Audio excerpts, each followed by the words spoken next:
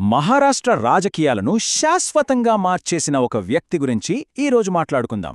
ఆయనే బాలాసాహెబ్ ఠాక్రే. అసలు ఒక కార్టూనిస్ట్ మహారాష్ట్ర పులిగా ఎలా మారారు? ఈ విశ్లేషణలో చూద్దాం రండి. ఆయన కేవలం ఒక రాజకీయ నాయకుడు కాదు, ఆయన ఒక దృగ్విషయం. ఈ ఒక్క మాట చాలు ఆయన ప్రభావం ఏంటో చెప్పడానికి. గమనించండి, ఆయనెప్పుడూ పదవిలో ఉన్న నాయకుడు కాదు, కాని ప్రజల మనసులను గెలుచుకుని ఒక తరాన్నే నడిపించిన ఒక పెద్ద శక్తి. సరే, అసలు ఈయన ప్రయాణం ఎక్కడ మొదలైంది? రాజకీయాల్లోకి రాకముందే ఆయన తన పదునైన ఆలోచనలను తన గీతల ద్వారా వ్యక్తపరిచే ఒక గొప్ప కళాకారుడు. 1926లో పూణేలో పుట్టారు బాల్కేశవ్ ఠాక్రే. మొదట్లో ది ఫ్రీ ప్రెస్ జర్నల్లో కార్టూనిస్ట్గా కెరియర్ స్టార్ట్ చేశారు. కాని ఆయనకు అది సరిపోలేదు. తన భావాలకు ఇంకా పెద్ద వేదిక కావాలనుకున్నారు. అందుకే 1960లో మార్మిక్ అనే తన సొంత రాజకీయ పత్రికను మొదలుపెట్టారు. అప్పుడు తన గీతలకు పదునైన రాజకీయ స్వరాన్ని జోడించారన్నమాట.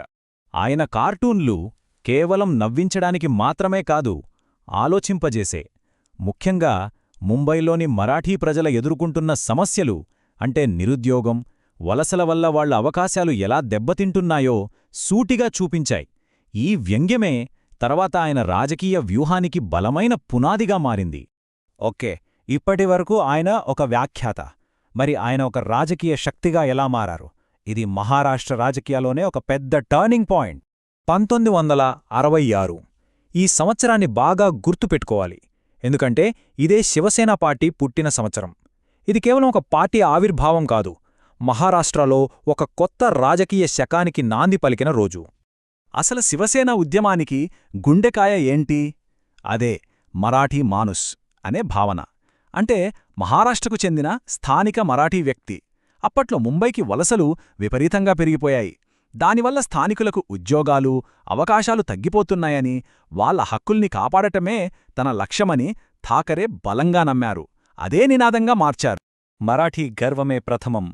ఈ ఒక్క నినాదం ముంబైలోని శ్రామిక వర్గంలోకొక నిప్పుకణంలా దూసుకెళ్ళింది. వాళ్ల ఆవేదనకు ఒక గొంతుకైంది. వేలాది మందిని శివసేన వైపు నడిపించింది. ఇక్కడ ఒక చాలా ఆసక్తికరమైన విషయం ఉంది. అదేంటంటే, ఠాక్రే తన జీవితంలో ఏనాడూ ఏ అధికారిక పదవిని తీసుకోలేదు.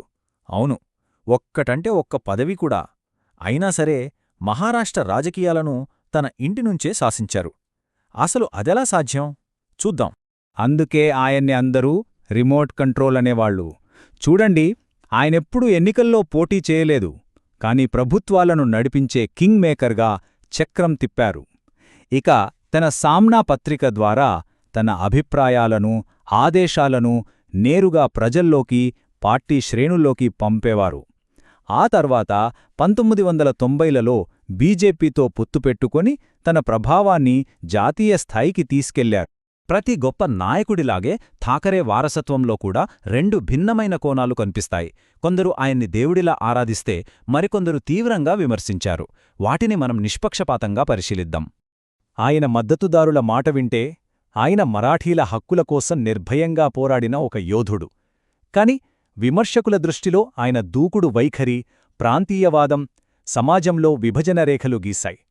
ఒక వర్గానికి ఆయన ఆరాధ్య దైవం, మరో వర్గానికి ఆయనో వివాదాస్పద నేత. సరే, ఇప్పుడు చివరి విభాగానికొచ్చేద్దాం. ఆయన చనిపోయిన తర్వాత కూడా ఆయన ప్రభావం మహారాష్ట్ర రాజకీయాలపై ఇప్పటికీ ఎలా కొనసాగుతుందో చూద్దాం. 2012లో ఆయన మరణంతో ఒక శకం ముగిసింది. కాని ఆయన కథ అక్కడితో ముగియలేదు. ఆయన రాజకీయ వారసత్వం ఆయన కుటుంబంలోనే రెండుగా చీలింది. ఒకవైపు ఆయన కుమారుడు ఉద్ధవ్ ఠాక్రే శివసేన బాధ్యతలు తీసుకుంటే, మరోవైపు ఆయన మేనల్లుడు రాజ్ ఠాక్రే అదే భావజాలంతో తనదైన రాజకీయ మార్గాన్ని ఎంచుకున్నారు. చివరిగా ఈ ప్రశ్నతో ముగిద్దాం.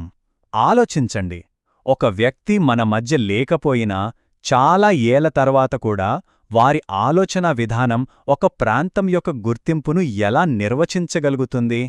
ఇది రాజకీయ వారసత్వాల గురించి మనల్ని లోతుగా ఆలోచింపజేస్తుంది కదా.